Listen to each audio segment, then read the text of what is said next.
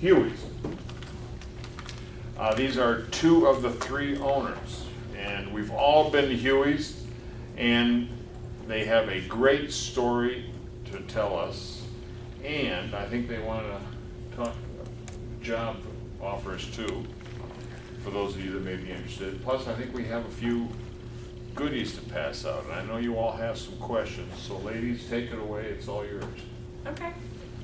I'm Lauren Robinson. I'm president and CEO of Huey's, and this is Samantha Dean. And we've been both with Huey's for over 25 years.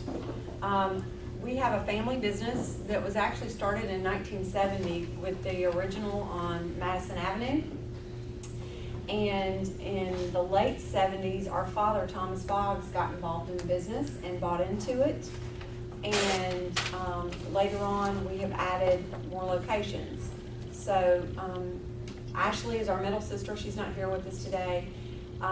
She started as the general manager at Huey's Apple Tree Center, which is now where there's a neighborhood Walmart. And then after that, I came on board and opened Huey's Cordova as the general manager. And Samantha opened up Huey's Collierville.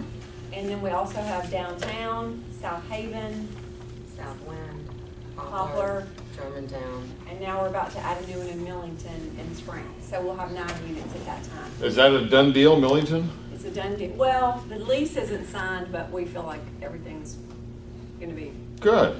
happening. Well, I know you've been working on We've that. been working Yeah. on it. We Yeah. talked about it, I think, the last year. Well, congratulations. Thank you. We've already got, the architects have already done all the renderings and the drawings, so we've already invested the money in that. And Anybody live up Millington, up that way? Well, here are two happy people right here. hey, Do you think it would do well? Is it gonna be like where the Chick-fil-A and Lowe's is? It's right by the Chick-fil-A. okay. Yeah, I think it'll do well. Definitely. So Samantha and Ashley and I, as I said, have been in the business for over 25 years together. We have about 425 employees. A lot of those are part-time, a lot of them are students, like yourselves that are either in college or even high school. A lot of times, a lot of the servers that we have are, working their way through college, and Samantha and I both did that as well. We both waited tables. So we've grown up in the business, and at this point, Samantha's in charge of a lot of different things, special events, marketing, donations, and I oversee a lot of the legal, banking, help with the operations, and Ashley's a lot more of operations. So last time you had kind of some questions for us, Chris, in particular that might help with your class. Well, I think that the folks are interested in the vision of the industry. Okay. Of course, we know the economic conditions right now are pretty good, U.S.-wide. Countries are, and Memphis is doing pretty well. We're really at full employment. We all saw the front page article on Corky's this week Yeah. with their first ever job fair. Right. And I know you folks weren't quoted, but I know your feelings are probably somewhat similar to them and to Patrick Riley that was quoted from Majestic Grill. So I think they're interested in current job prospects, future job prospects, promotion opportunities, plus food and beverage in general. Okay. Leadership, your style of leadership, your quality control, your management philosophy. And I know you folks are really kind of long-term employers of a lot of long-term employees. Yeah. So our turnover at Huey's is really low for the industry. Most of the time in the restaurant industry, the turnover is very, very high, well over 100%. And our turnover rate last year was in the low 30s, which is really good for the industry.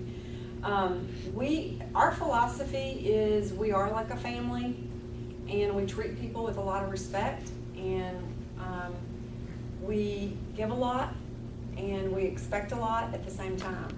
And we have a lot of employees that have moved up the ranks that might have started with us as a cook or started with us as a food runner, and now they're in management with us. We love to promote from within. We have a lot of opportunities for that. So we have about 30 managers on our management team. And I would say over half of those have been internal promotes from within. We have a young lady that, she's 23. She worked for us since she was 18, and she's worked her way up, and she's just doing phenomenal. And she's got great benefits, a great job, and a great career ahead of her. So there's just nowhere to go except up with us. So there's a lot of opportunities. Going back to some of your other questions about the industry in general, this is a good time for our economy right now. We look at a trade journal called Nation's Restaurant News. That's what we kind of compare ourselves to and look to. And right now, a lot of the chains, such as Chili's, Applebee's, that would be somewhat similar to Huey's, have been pretty flat. But our sales are up year to date through September by over 7%. So we've got some really strong growth going on and momentum going on that we're really, really proud of. What else did you? I'll interject something here. As it turns out, Olive Garden was in here last week from their headquarters Okay. in Orlando. You all may know that Olive Garden, which has 3 stores in Memphis, is part of the Darden Restaurant Group, which also owns Bahama Breeze. They started out with Red Lobster. I think they spun Yeah. Red Lobster off. Mm-hmm. They got Eddie V's, which is not here. Oh, which is seafood, the upscale seafood, and they got Longhorn. Mm-hmm. Anyway, so their corporate HR guy was in here last week, and I think you folks are going to see something in the future because they want to do a little something with us nationwide.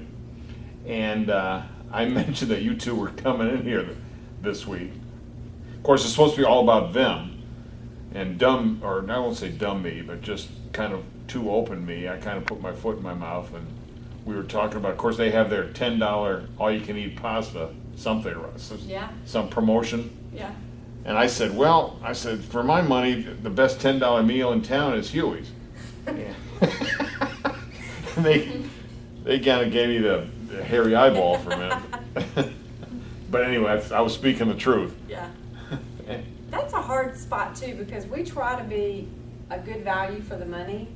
And you may have seen just how the prices are going up for what restaurants have to pay and what we pay for food, the cheese, the meat, the chicken, everything that we buy.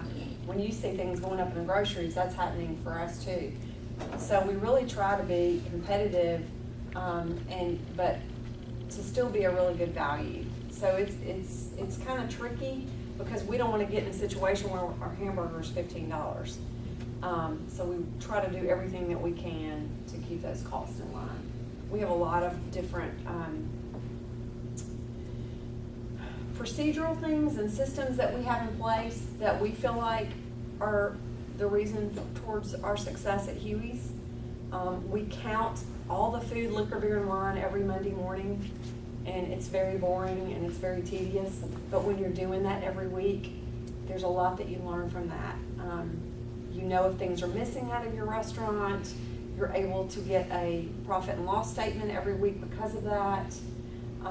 If your food costs are running high, you can do something about it right then rather than waiting a month later after you get a financial statement. So we really, really are disciplined about some of those things that are just kind of not very glamorous and they're very boring. Well, But a lot they're of people very don't do important. that. A lot of Yeah. people don't do that, so. Well, it can really be all about pennies, nickels, and dimes at the end of the year. Yeah, most restaurant chains are lucky if they have a 5% bottom line. And they, you're just scratching and clawing to have that 5%, so it's I have a challenging. friend, just now deceased, his family, Carlisle Corporation, Gene Carlisle, Yeah, the family is in the Wendy's hamburger business. and Life Kitchens. Yeah. And now they've expanded into Life, but using Wendy's as an example, Gene and I were good friends, and he told me that if he didn't sell a soda or a French fry with that hamburger, he wasn't making any money. Very interesting. Yeah, I can see that. the food portion of their business, Mhm. the hamburger portion, the sandwich portion, was so competitive and so price sensitive that he had to sell that, you know, the dollar and a quarter Coke Yeah. to make something. Pay the lights. We started, I don't know, 5 or 6 years ago, getting our servers to suggestive sell, because we felt, was it 5 or 6 or probably a lot? Maybe 10, 10. yeah. We felt like we were missing out on like getting people to order appetizers. And so we started making them, it was a requirement that they suggestive sell. And our appetizers just went crazy once they had to do that, because they started really selling them. Because if somebody says to you, hey, would you like some cheese fries or nachos, it'll get you thinking, you know, and then you tend to order something. So it was interesting that you made that comment, because, and we try to say, hey, can I get you an iced tea or a Coke? As opposed to someone saying, hey, can I get you a water? You know, so just, and then, you know, also suggestive selling your liquors and your wines and that kind of thing. You know, saying, hey, can I get you a Rodney Strong Chardonnay, as opposed to your house, so, And your desserts. Yeah. and, yeah.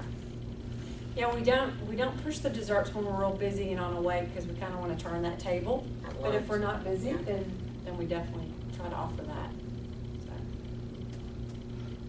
So, One thing I'd be interested in hearing about, because you folks are have such a diverse employment spectrum, is the philosophy or the performance or the attitude of some of your generational employees, the young folks versus the old folks, and how you see, if you see any trends, if you've developed some opinions,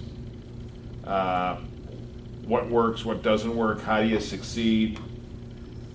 We all know we all have to have an attention to detail, we all have to have a sense of urgency, but so much of it is personality based, is just, you know, showing up and putting in your time for a paycheck, yeah, and not just being there and think you're gonna get paid Yeah. for hanging around. yeah. You want to speak to that, or you want me to? Well, it's just interesting, there is a difference between the younger generation versus the older generation. And like Lauren said, we have a lot of employees that have been with us for at least 15 or 20 years. And fortunately, they got to work with our father, who was very strict to a degree, but just had a way of walking into a restaurant and getting you to work very quickly and having a sense of urgency, and just being proud of what you were doing and being proud of your little station and making sure your menus were clean, that kind of thing. And it was like you could just walk in a room and you would just start moving faster. Now it just seems like, now we have more people on the floor, we have more employees on the floor, working and helping more, and the younger employees don't seem to want to work as quickly and don't seem to have that sense of urgency like some of our older employees do, because they didn't get to work with our father, and we're not like our dad, you know, we're different, you know, but so that's Well, and kind I of think one it's a of, matter of just not really realizing the value of it. Yeah. You know, that there is a value in that sense of urgency. But to kind of answer your question about what do we look for, attitude. Number one, you know, someone that has a great attitude and they're smiling and they're friendly, and they have a service-oriented philosophy about themselves, they're gonna make it. You can teach somebody, you can train them to do whatever you want them to when they have a good attitude. So I think once the younger ones realize, okay, this is what I'm gonna need to do to be successful here, I'm gonna make more money if I am able to turn this table more quickly, or I'm gonna make more money if we get this food out more quickly and we have low ticket times, then they start seeing the value of it, so. Well, there is a financial advantage here too, Yeah, because pooling tips, if you pool tips, which I think you do. We don't pull tips. What we do is, for example, a server, let's say they make $100 on a shift, they have to tip out about 20 to 30% of that to the bartender and the food runner that help them during the shift. Okay, but certainly, the higher the revenue, the- Absolutely, the they're more gonna cu- make more money. the more customers, the more those tables turn over, Right, the more everyone's gonna make. exactly.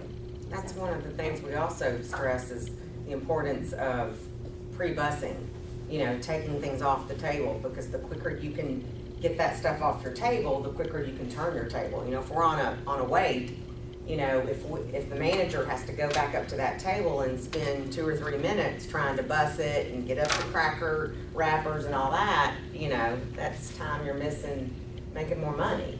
So it all just, we have that philosophy of everyone kind of works together. So, it's not that typical manager just kind of walking around, not really doing anything. Our managers really get in there, they get the drink orders. If you're behind, they'll run your food, pretty much they'll run your credit card through if you need it. We're all working together. So we all, if we make money, you make money kind of thing. So it really is a team effort. That's Yeah. right.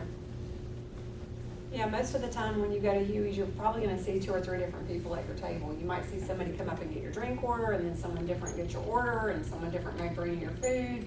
And that's just us trying to be as quick and efficient as what we can be. See, that's why I thought you pooled tips. It was because you would have Mm-hmm. 2 or more people Right. visiting So your they're- table. So it's kind of like pooling, except for it's done by the server. They don't have to hand it all into us for it to get done. We're on an Now, honor system. one of the other things I find interesting, since I am now a middle-aged person of middle age, is you folks card ID everybody. In Carterville, Oh. In Carterville, we ID everyone because the town of Carterville is so incredibly strict. Uh-huh. More so than any other jurisdiction. But we're supposed to card anyone who looks under the age of 40. So sometimes that's not happening. Oh, so you folks are paying a compliment to me. Yes. Somehow. So if you're at another location and you're getting carded, Chris, you're doing great. You think I'm under 40? Yeah. How about that, Mike? I told you I was getting younger. Yeah, well, never mind. We also have a little secret shopper program that we do in-house. So we've got about 10 or 15 shoppers that could go into any location at any given time and shop that store. And then what they do is they send a report back into us and we reimburse them for their meal. And so it's just a way for us to kind of, when we're not eyes and ears all the time about what's going on, so the question is asked, if you ordered an alcoholic beverage, were you carded? And are you under the age of 40? So if a server gets a perfect shop report, which means they're hitting all the server sequence areas that we want to hit, then they get a letter from the corporate office and a gift card to another restaurant as a thank you for that. And if the kitchen crew hit all their ticket times and their food quality, then they get a monetary bonus for that visit. So there's an incentive for that to go well. And it's kind of fun when you get shopped and it goes well.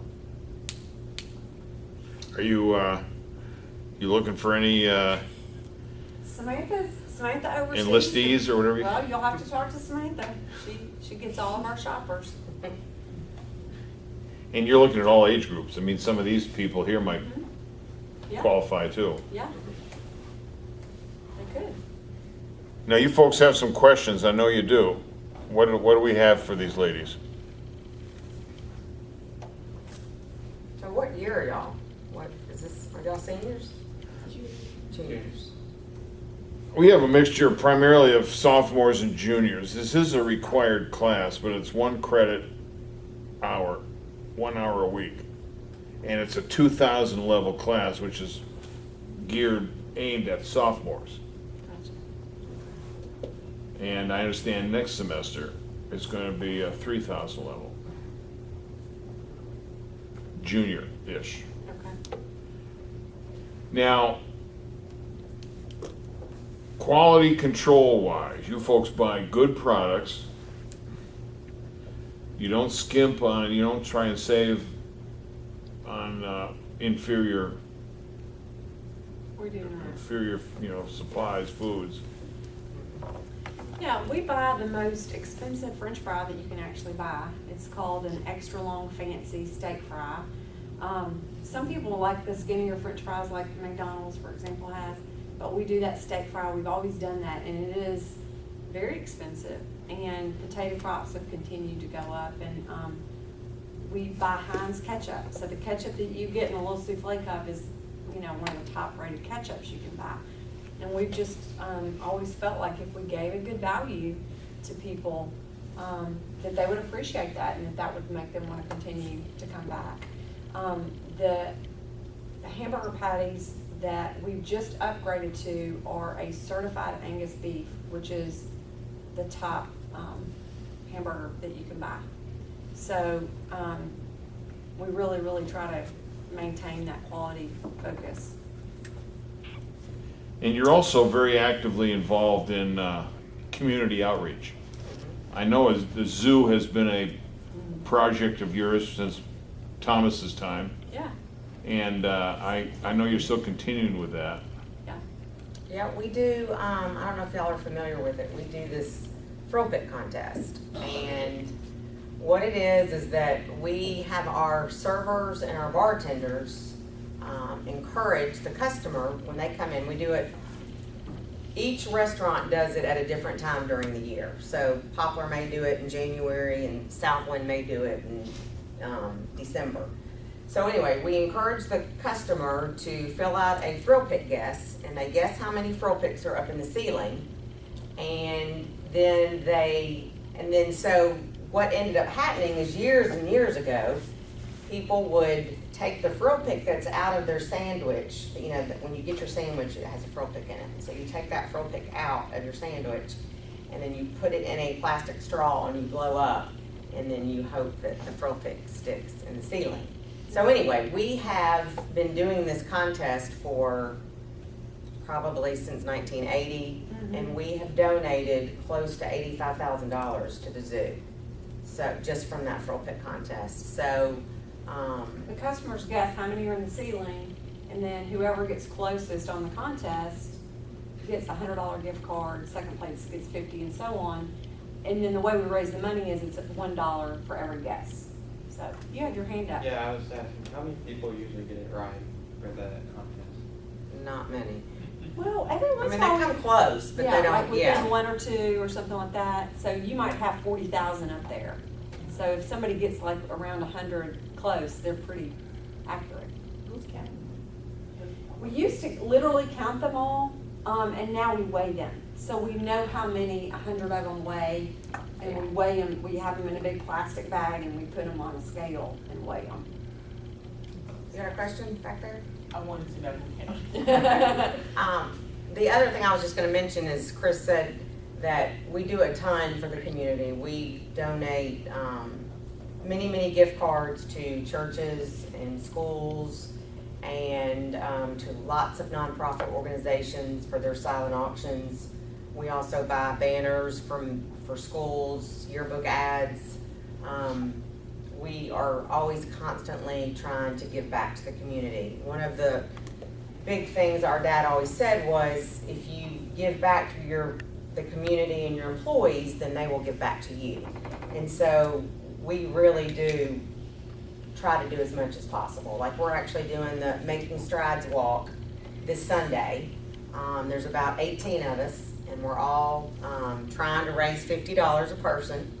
And so we're always just trying to do things like that. About a month ago, we had a store-wide contest with all the 8 stores, and we collected items for the Veterans Medical Center. They gave us a wish list of things they wanted, and so each restaurant competed to try to see who could raise the most products for the Veterans Hospital, and we ended up donating close to $11,000. Worth So- of stuff. It's worth like, of stuff. yeah, like t-shirts, shoes, Eraser socks. boards, Yeah, razor blades. t-shirts, you know, toiletries. so yeah, we get Everybody real got competitive. Yeah, and they got real into it. Yeah, so we usually try to do one of those type fundraisers once a year, as well as the frill pick contest, and then we just, you know, we just did Zoo Rendezvous, we donate 8 of our bartenders, and we, you know, we decorate our booth and that type thing. We really like to stay busy. Now, do you still have the Huey's Open Golf Tournament? We're doing that. Yep, that's Yes. on Friday, November 4th. 4th. It is a golf tournament that our father started years ago, and we actually donate the money that we collect to the zoo. We usually raise about $4,000 for that. So, you used to play in it. Yeah, back when I was a At CVB CVB. Yeah. employee. Yeah. I will tell you folks that if any of you, and you don't have to be a good golfer, because I played for several years, but it is a great time, it's a good time. And over at Audubon, Overton Park. Overton Park Golf Course, and have a little something to eat for lunch, go play 9 holes with your buddies, and scores are kind of flexible. Yeah. Well, we actually pick before the golf tournament who's gonna win it. Uh-huh. So. I was wondering. That was in the tradition of what Dad did. Fix was in, huh? Oh, yeah. He already had the plaques made and everything. He did. And then you all go back over to Huey's on Madison, have a nice lunch, and all kinds of prizes, gifts. Yeah. Just huge, massive giveaway. That's kind of slowed down. Has it? A little bit. Well, the liquor companies can't really give away product like they used to, so, Yeah. I mean, that's, They're clamping down on yeah, alcohol abuse, huh? yeah, I guess so. I was gonna just speak to, when you mentioned about hiring and that type thing. At Huey's, we really do have some great benefits, and I wanted to speak on that, just because I think it's good for people to know, because you might know of somebody that's looking for a job. But all of our employees at Huey's get a free employee meal every shift they work, which is unheard of anymore in the industry. You can pretty much get anything on the menu except 2 or 3 things like a steak sandwich or shrimp, things like that. We also offer half price to all of our employees anytime they're off work. So you can go into any of the Huey's and eat and drink and only pay half price for you and a guest. So that's another plus that we have. We have health insurance benefits, Aflac, life insurance, dental, vision, all the major benefits that you can imagine. And then we have a very lucrative 401k. And you guys are really young and you probably aren't interested in a 401k. But that is for your retirement later, because we know that we aren't going to be able to live on our Social Security when we get that. And Huey's matches dollar for dollar up to the first 4% that you contribute. So let's say you put in $1,000 a year into your 401k, we're going to match that. And after you've been with us 3 or 4 years, before you know it, you could have $10,000 in there really easily. And we, you know, I'd say our participation on that is very, very good. It's very high. Because of the match being so good, so that's another plus. And then I just mentioned that there's a lot of room for, to get moved up and to be promoted if you're interested in that. I can't, all I can talk about is personal experience, and what Lauren just said about the 401k. And I started saving in my early 20s. And believe me, now that I've retired, Social Security, if you get it, which is the big if for all you folks, and believe me, that's true, if you get it, for me, it is 1/3 of what I need every month just to break even. And if I hadn't started in my early 20s, putting a few dollars aside, and either putting it in the bank or getting a few points interest or playing the stock market or something, putting a 401k, I'd be really hurting. And I could have done better, with certain aspects of my career, but I'm real fortunate that I saved, I started saving early, so I really recommend it to all of you. Wouldn't you agree, Mike? Absolutely, yeah. And you know, when you say whether they get it or not, you may get Social Security, but it may be significantly less than what's currently being paid. You know, it's hard to predict what's gonna happen there with the debt being in the condition that it's in. And I'm just recently retired and I'm with you.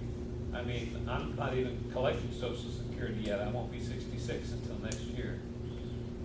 But I couldn't live on my Social Security. And Social Security was never really designed to be a plan that you would be able to live off of.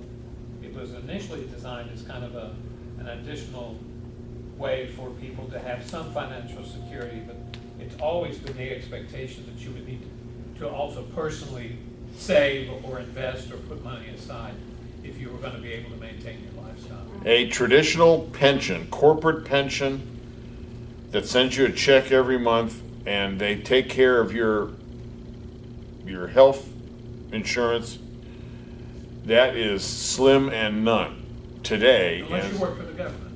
Well, or you're a member of a real strong union. Yeah. But it's going away. It is diminishing. So only thing I'm just, and before you know it, and it really, your life, your career really moves along, and all of a sudden, boom, Yeah. you're retiring, and it sure is nice to have, Yeah. be able to afford to go to Huey's and not bounce a check or a credit card on them or something. Can I make a little plug, just Sure. personal perspective?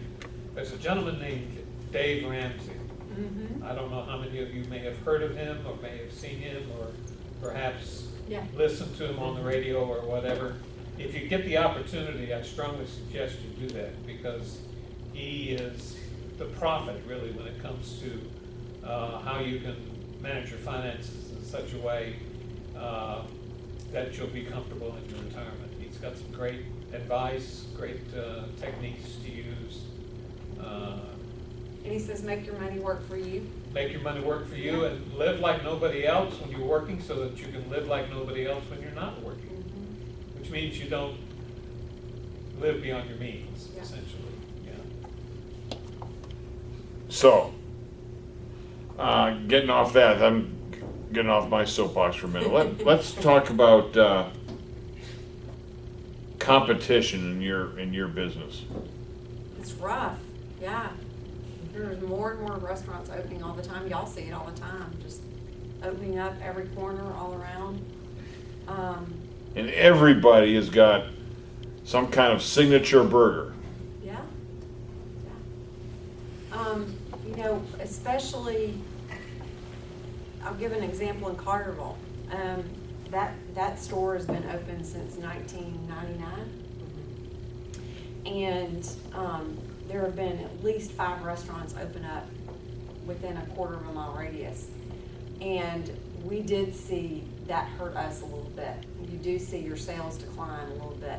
But what we keep saying to the staff is if you give really great service and we give really good food, people will come back in here.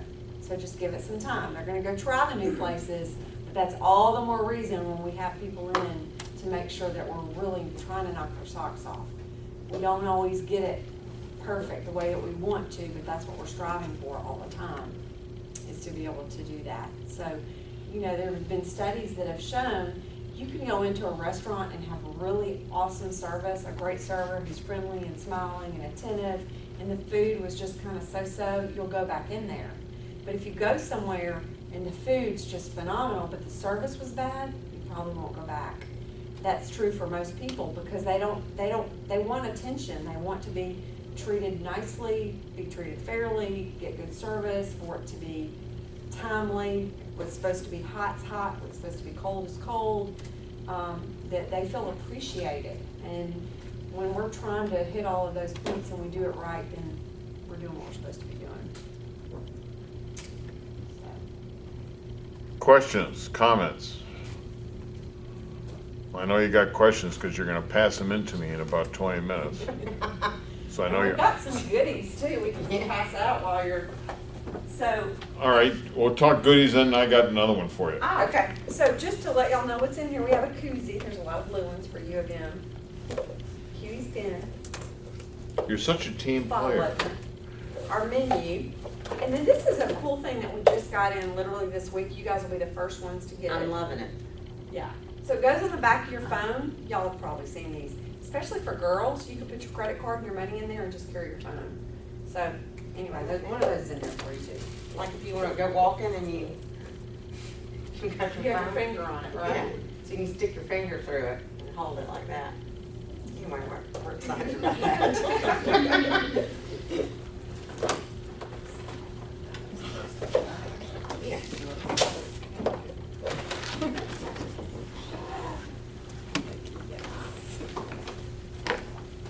I'll start in the back. You're welcome. Make sure. Samantha, that bag's got a rip in it, so don't drop the bottom out. That's traditional, non-traditional one that we have is called the Bluff City. What's on the board? Okay, that is going to have, I got bacon, onion straws, smoked cheddar cheese, and barbecue sauce. You got them all? One for you too, then. Oh, thank you. You're welcome. One for Chris too. Thanks, You're Lauren. welcome. You guys are okay. Oh, thank you for inviting us. We had fun. Oh, wait a minute, I got What a was your I got a other UT, question? I got a UT cozy. Oh, No. I am a UT fan, but I do love my Tigers too. And by the way, I graduated from here and I got my MBA from here. So, little big cheerleader in me there. Thank you. I can show my face in the office again. So what was your question, Chris? Well, so you started off by telling us about the expansion up to Millington. And you folks are very methodical. Or slow. No, methodical is more positive. Yes, We'll put a positive spin on it. sounds good. Your expansions plans over the years have been very, very methodical. You'd really do your homework. And maybe you could explain to these folks what your criteria are. So a good example of that is we opened the Germantown location about 3 years ago. And we had been looking in Germantown for probably about 5 years, trying to find a location that we felt like was gonna be just right for us. We ended up kind of really thinking outside the box. Someone told us about an old Super D location that might work for us. It was too small, we didn't think it would work, but we decided, hey, we could go smaller on the inside and do a great patio on the outside. And that's what we ended up doing. But when we're looking at a new location, we're looking at population. So not only are we looking at Millington, but we're looking at Covington, Atoka, Munford, surrounding areas that would feed on that area. Why are you laughing at me? No, that's where we're from. Oh, Yeah. good, yeah. So it's not just the proper town of Millington, it is all of those surrounding cities that really don't have a lot of restaurants. Those people are used to driving into Millington anyway, as you guys can probably attest to. And then you also have the base, which it's not what it used to be, but there are a lot of officers that still live there and a lot of people that still work at the base. So we look at the population and we want that to be at least 25,000. That's kind of where we want to be. And then we look at the location as far as, can you see it? Can you get to it? How easy is it to get in and out of? Is there a traffic light there that makes it easy to get in and out of? And then we go and eat at the restaurants that are in that area. And so we have been to Millington several times to eat at Applebee's, Chili's, Chick-fil-A, Tops, everything that's around there. We've gone at lunch, we've gone at dinner, we've gone on the weekends. We're just trying to determine, hey, is this our clientele? Would these people want to come to Huey's instead of coming here? all of that. And that, has taken a long time. We've been looking at that area now for 6 or 7 years. And when we first started looking, we knew the population wasn't where we wanted it to be. And we finally feel good about it. So that's where we are. So you, again, your mythology is that you'll take your time on the front end to increase your chances of success and let that potential business over that period of time go away rather than do something quick, get some revenue, and then find out at a certain point that that's the wrong location. Yeah. Yeah, we will overanalyze something to death, but then by the time we've made the decision, we feel really good about it. And most of the time, that works well for us. Well, it seems to have worked fine, Yeah. at least as far as I can tell. Yeah. Every time I go into any of your stores, and I visit most of them except South Haven, they're all busy. Yeah, this year I think we'll be at $25 million in sales for our 8 stores. So we really have come a long way. That's terrific. Yeah. That's great. Now, of course, you also have a Sunday night music tradition that Thomas and Jay Sheffield started a long time ago. Yeah, you want to speak? Yeah, my dad's partner, back in the day was Jay Sheffield, and he was a musician, wasn't he? And he actually was the one that kind of wanted to start doing the bands. He said, I think we need to have bands on Sunday. So we used to have 2 bands at each location, one at like 4 to 7 kind of thing, and the other one would be like 8 to 12. And it was really just blues at the time, and then it's kind of Jazz or blues on the early band, and then the later band would be more traditional rock. yeah. And now it kind of just varies. We really kind of just go with, what the clientele is in that area, and a lot of people do want, some people want acoustic, just 2 people in the band, that slow kind of music, and then other times, you might have a restaurant that, Midtown really likes to do the blues, and the jazz. So, we just kind of go, Jay actually still does book all of our bands at all the 8 locations. So, yeah, I mean, it's something that people really, you either hate it or love it kind of thing. And most people that go out on a Sunday night, No, it's going to be there. yeah, they know there's going to be a band, and that's why they're going. So. And there's no cover, so No cover. you can go and listen to some really good music at no charge. Well, and it is good music. Yeah. Yeah. Oh yeah, we've got the Soul Shockers. We've got Jerry Finney. I mean, we've got some great bands, and that's always on the website, so you can see, who's where on what day. It's also in the flyer. It's also in the playbook. Yeah. So you do a good job of getting the word out. Thank you. That's Samantha. All right, Samantha. Nice job. Because I always check every once in a while. I like the Dantones. Yes. Yes, they're real good. Yes. Yeah. They go to Germantown a lot. Yeah. Yeah. Well, that's in Collierville. That's why they always card me in Collierville. So that's why I thought that was part of the routine. You got the sign that says we card everyone. So Right. Yeah. because I figured it being part of the business that it was just easier just to put a blanket rule out there, say everyone gets carded, rather than giving the servers That option. that judgment call. And sometimes most of the time they get it right, and maybe sometimes they don't. Yeah.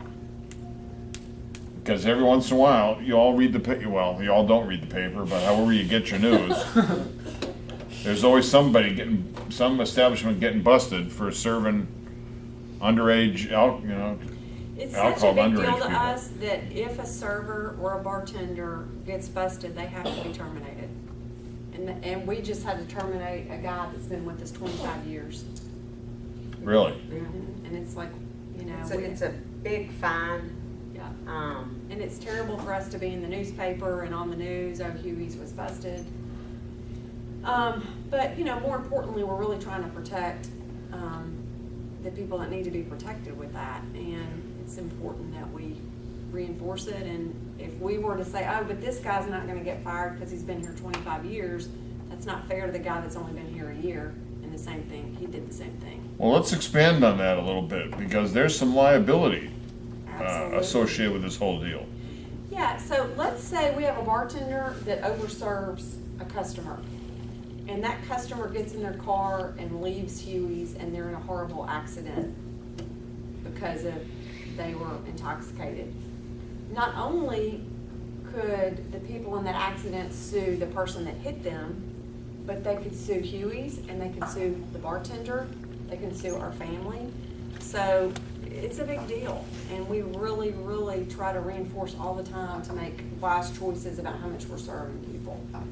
We have an alcohol awareness policy that everyone has to sign, everyone understands it, and we're very, that's one of our, there's no gray on that. We've become, in the United States, we've become a very litigious society, lawsuit happy.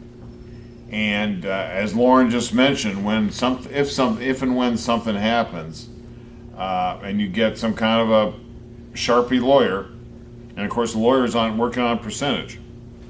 So higher the gross, higher the revenue, higher the lawsuit, he or she gets a bigger piece of the pie. And they'll tend to go after everybody, as Lauren again just mentioned. And of course now of course on the front end, they'll go after everybody. Then as the lawsuit gets dragged through time and through the courts, it's the people with the deep pockets that end up still being in the suit. And when you have 25 million in revenue, these folks have some deep pockets. So the potential Yeah. is potential downside is really pretty strong. Dram Shop Act. If you take my Introduction to Tourism class next semester, we just kind of blow through the Dram Shop Act. Anyway, and of course you pay insurance premium for some of that stuff. A lot of money on insurance. There you go. These ladies would all be driving Maseratis if they didn't have to pay insurance premium for liquor liability. What else we got? Questions? This is your one-time opportunity to talk to the owners of Huey's. Anything positive? I'm sure that you probably would entertain something negative, Oh, absolutely. but I guess there's nothing negative. No, we get negative a lot. We have a website that people can write into if they have an experience where they had something that wasn't as it should be. This is a social media society, so people are gonna get on Facebook, they're gonna get on Twitter, Urban Spoon. Is there anything you two want to know while you've got a certain age group captive here? Sure, I'd love to hear from you guys about if you've been to a Huey's, what you like, what you don't like. Have you had an experience that maybe you were disappointed? Well, I guess it's all When you're good. talking about social media, just the important, is that kind of what you were talking about? Well, I just want to, sometimes that, I got Jim Holt coming in here in a couple weeks from Memphis in May, Yeah. and sometimes he gets into of course this is now, he's booking bands. And he sometimes runs a few bands off of everybody and see what people think. Maybe there's a menu item you wish that we had on the menu or something. Well, anyway, let's hear for Samantha and Lauren. Thank you for your time. Thanks, ladies. Good luck with everything, y'all. All right, I got an attendance sheet somewhere. You folks owe me some questions. And we'll see you all next week.